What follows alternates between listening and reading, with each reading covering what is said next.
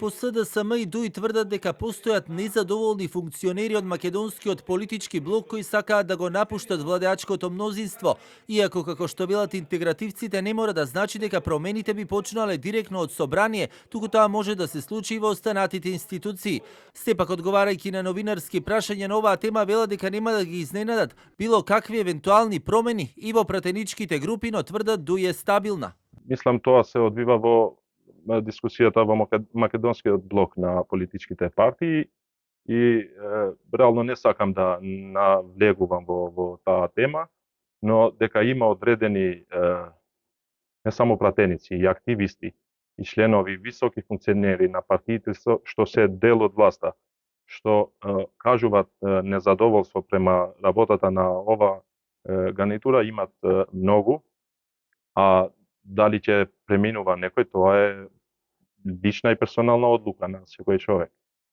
Предвремени избори ќе бидат неопходни да се одржуваат во Република Северна Македонија. Потврдењата на Филипче дека преговара со пратеници на знам денеска се огласија и од партијата на Максим Димитриевски, каде одговарајќи на оваа тема на ова прашање посочија дека партијата и пратеничката група им е компактна и му порачаа на Филипче да си се позанимава со случувањата во неговите внатре партиски редови.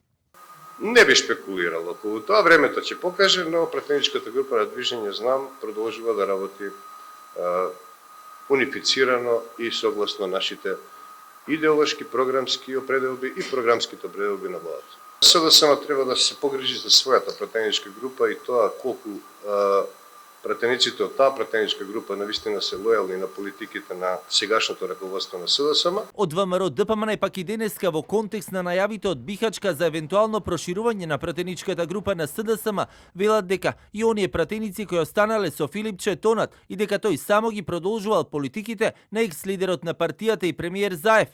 Во Македонија нема опозиција поради Филипче и СДС. Нивните празни фоскули и демагогии кои ги шират во јавноста не поминуваат и граѓаните тоа го казнуваат.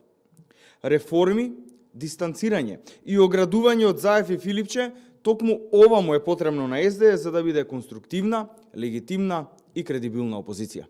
Од Бихачка со контрааргумент дека токму лидерот на ВМРО ДПМН и премиер Христијан Мицковски ја уништувал иднината на младите генерации во земјата. Младите имаат порака до предавникот Мицковски. Нема да не држиш како заложници додека ја ограбуваш Македонија и продаваш лажен патриотизам. Некогаш ти клечеше, а сега Македонија е на колена. Нема да дозволиме да си играш и да ја крадеш нашата иднина. Иако се повеќе се актуализира темата за евентуални преструктурирања во парламентот, сепак и на последниот брифинг со новинарите собранискиот спикер Гаши посочи дека засега се останува како што е, но дека доколку има некакви промени, навремено ќе информира.